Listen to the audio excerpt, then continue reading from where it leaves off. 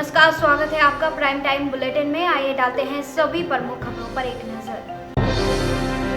रायपुर से बीजेपी विधायक उमेश शर्मा काऊ ने रायपुर विधानसभा की जनता की ओर से मुख्यमंत्री त्रिवेंद्र सिंह रावत का सम्मान समारोह आयोजित किया, जिसमें सैकड़ों की संख्या में क्षेत्र की जनता ने मुख्यमंत्री त्रिवेंद्र सिंह रावत का फूल मालाओं से जोरदार स्वागत किया।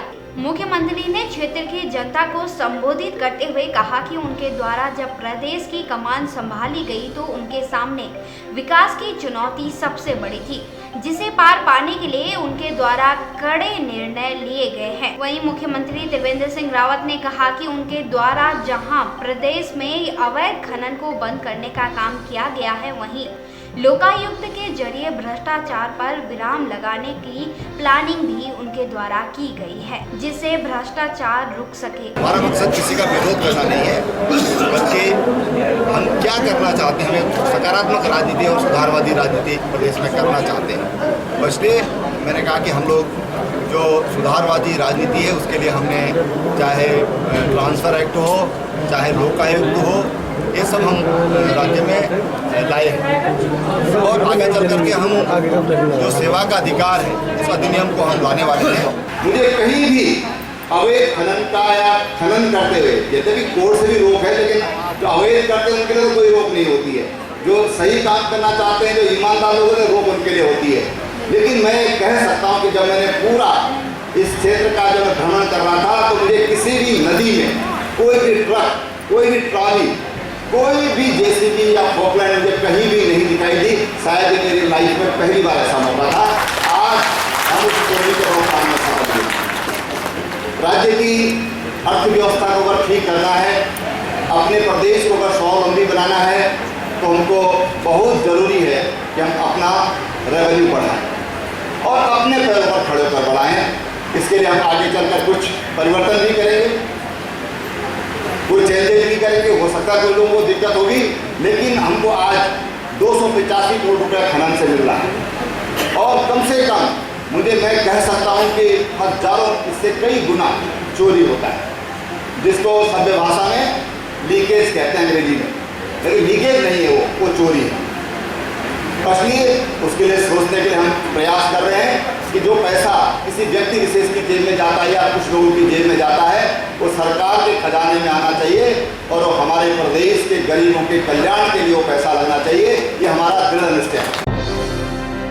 उत्तराखंड में हाशिए पर पहुंच चुकी बहुजन समाजवादी पार्टी के नेताओं की मुश्किलें कम होने का नाम नहीं ले रही हैं। यूपी के बाद अब उत्तराखंड में भी नसूमुद्दीन सिद्दीकी और प्रदीप जाटव का विरोध बढ़ने लगा है।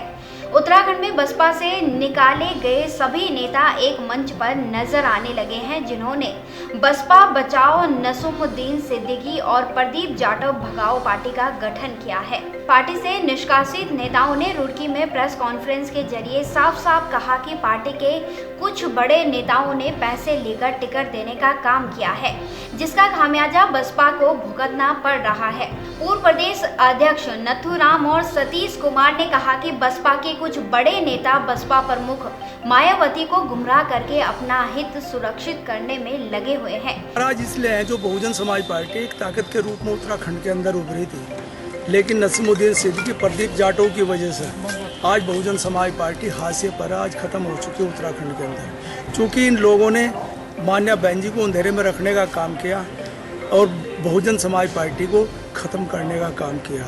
ये पैसे के बलबूते पर आदमी का चेहरा नहीं देखने का काम किया, लेकिन पैसे को देखने का काम किया और पैसे के चक्कर में बहुजन समाज पार्टी को बर्बाद करने का काम किया, जो आज मान्या बहन जी को इसका खामियाजा भुगतना पड़ा। गुस्सा तो पूरे भारत के अंदर है, जो आज बहुजन समाज पार्टी की स्थिति देखने को मिल रही।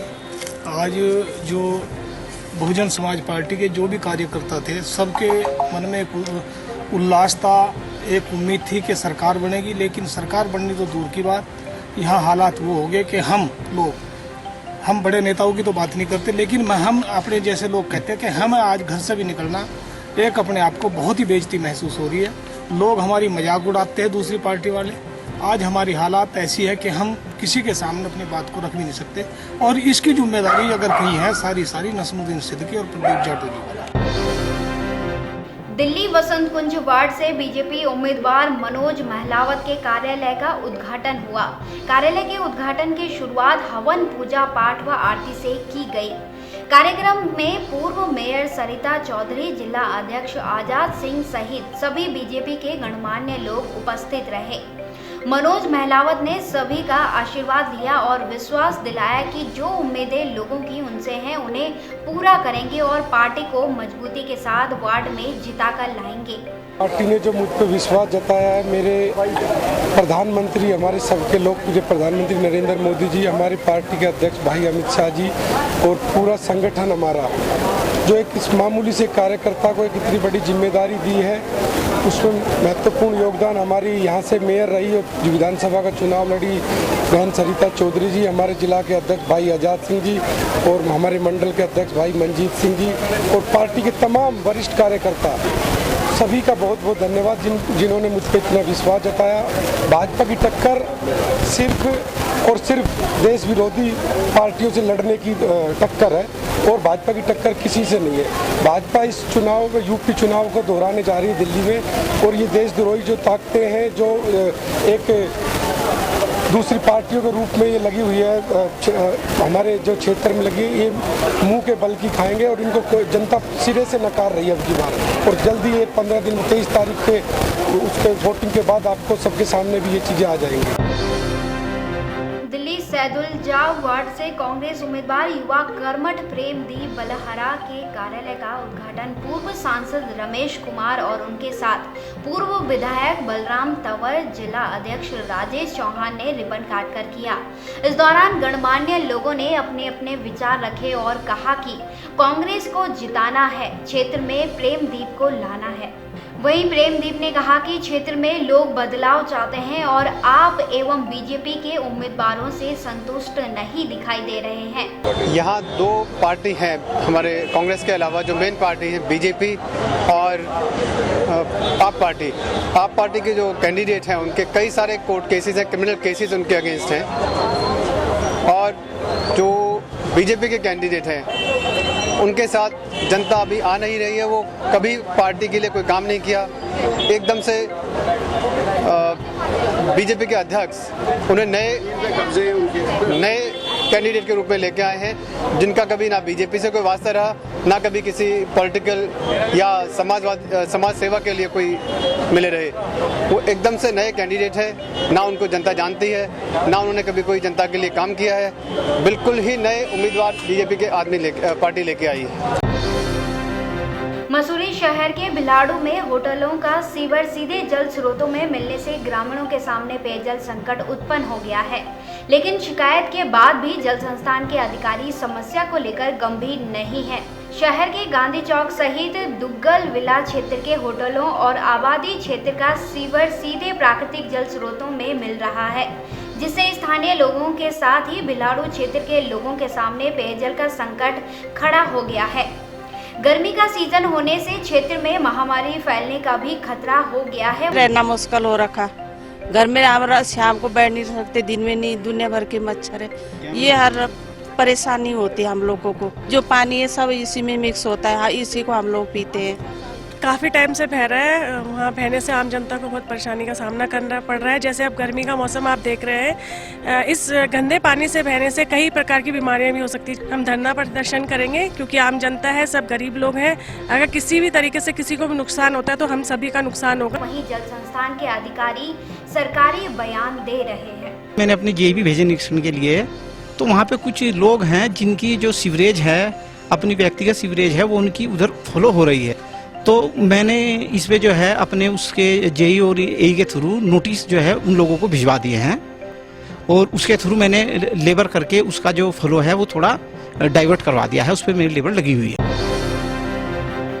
मसूरी देहरादून विकास प्राधिकरण ने मसूरी के मैसानिक लॉज के निकट होटल सॉलिटर प्लाजा के अवैध निर्माण के खिलाफ सीलिंग की कार्यवाही की है। होटल प्रबंधन ने बिना मानचित्र के 4 बड़े कमरे बनाए थे, जिसको एमडीडीए ने सील कर दिया है। पुलिस फोर्स के साथ पहुंचे एमडीडीए के अधिकारियों ने होटल के चारों कमरों को सील कर दिया है। एमडीडी अधिकारी ने बताया कि शहर में अवैध निर्माण के खिलाफ प्राधिकरण जल्द ही बड़ा अभियान चलाएगा। सोलिटर प्लाजा होटल है, इसमें ये पार्किंग के नीचे इनके द्वारा 4 कमरों का निर्माण किया गया अनऑथराइज्ड। इसकी मैडम द्वारा इसकी सीलिंग के आदेश किए, आज की तारीख थी तो आज इसको सील कर दिया गया। जो भी सुनवाई में जो भी कार्रवाई होगी उस पर अमल किया जाएगा। रुड़की में सोलर प्लांट का सामान दिलाने के नाम पर भाजपा नेता से 52 लाख की ठगी का मामला सामने आया है। पुलिस ने कंपनी मालिक समेत 2 लोगों के खिलाफ मुकदमा दर्ज किया है। दरअसल भाजपा कारोबारी कुलदीप तोमर ने झबरेड़ी गांव में एक सोलर प्लांट लगाने के लिए सेंट्रल बैंक ऑफ इंडिया से 28 लाख का लोन लिया था।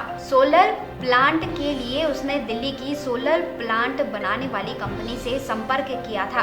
कंपनी प्रबंधक निवेंदु बब्बर को 3-4 बार करके 52 लाख रुपए दिए थे, लेकिन कंपनी ने आज तक भी सामान नहीं भेजा है। मैंने सोलर प्लांट के लिए एक ट्रांसमिशन लाइन बनाने के लिए कार्य अलोइस कंपनी जो दिल्ली में रजिस्टर्ड है, दिल्ली में उसका ऑफिस है, इसको काम दिया था लाइन बनाने के लिए अपना। उस कंपनी को मैंने उसके शर्तों के अनुसार 52 लाख रुपये सितंबर माह में ट्रांसफ़र किए।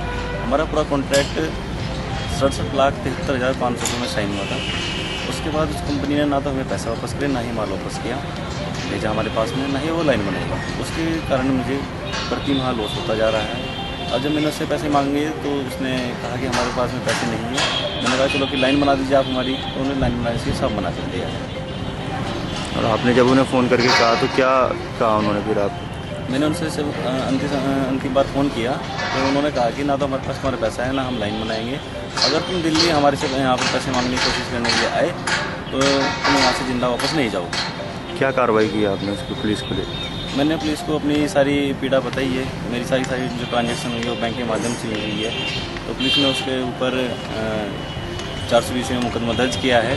वहीं इस मामले में पुलिस अधिकारियों के आदेश पर गंगनहर कोतवाली पुलिस ने 2 लोगों के खिलाफ धोखाधड़ी का मुकदमा दर्ज कर जांच शुरू कर दी है। ऐसा एक दिन पहले ये संज्ञान में आया, एक व्यक्ति आए जिन्होंने बताया कि सोलर प्लांट लगाने के लिए उनसे दिल्ली की एक कंपनी से उनका एग्रीमेंट हुआ। उस एग्रीमेंट में 3 बार करके उन्होंने करीब 52 लाख रुपये उनसे ले लिए, लेकिन उनका कोई काम नहीं किया। अब ना वो फ़ोन उठाते हैं, ना ही उनसे बात होती है। तथ्यों की जानकारी कर उसकी जाँच की गई और उसके बाद मुकदमा दर्ज कर विवेचना जारी रखी जाएगी।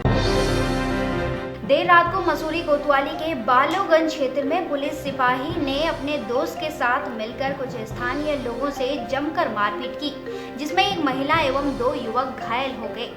घायल स्थानीय लोगों ने मसूरी कोतवाल का घेराव किया और शिकायत दर्ज कराई एवं आरोपियों के खिलाफ कड़ी कार्यवाही करने की मांग की। ये पुलिस वाले नीचे उतरे खंडर में, वहाँ ये लोगों को मारने लगे। मेरे पुलिस वाले ने डंडा मारा तेज से, और फिर क्या मैं एक दूसरा पुलिस वाला उसने धक्का मार के इधर कर दिया। मेरे भांजू को बहुत बुतनियों मारा, बाजार में चला भी नहीं जा रहा उनसे, टल्ली थे नशे के अंदर। 4 बोतलें वहाँ रखी हुई हैं दारू की। पुलिस वाला आए और एक पुलिस वाला नहीं था, उसने भी मारा हमें और पैसे भी छीन लिया, फोन भी तोड़ दिया मेरा और बहुत मारा सर। हमने हाथ भी जोड़े, हमसे दोनों ने दारू पी थी। एक बिगड़ पुलिस वाला था और एक पुलिस वाला था, उसने भी दारू पी, उसने भी पी थी दारू।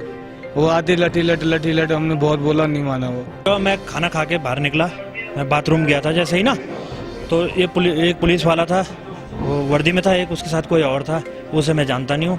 तो उसने आते ही मेरे ऊपर हमला कर दिया। कटा मेरे बहुत चोट है दोनों तरफ और पैर मेरे हिसाब से मेरे पैर में फ्रैक्चर है। वहीं मसूरी कोतवाल ने स्थानीय लोगों को भरोसा दिलाया कि दोनों आरोपियों के खिलाफ कड़ी कानूनी कार्यवाही की जाएगी। लोगों में एक कांस्टेबल है हमारा तरुण नेगी, उसने यहाँ महेंद्र और रोहित के साथ मारपिटाई अभी करी है और उसके इसमें कार्रवाई की जा रही है। उनके मेडिकल वगैरह भी उनका करवाया है, तो अब इसमें मैं कार्रवाई जो है अपने स्तर से कर रहा हूं और अपने वरिष्ठ अधिकारियों को भी अवगत करा रहा हूं। इस बुलेटिन में फिलहाल इतना ही। तब तक देखते रहिए देवभूमि न्यूज।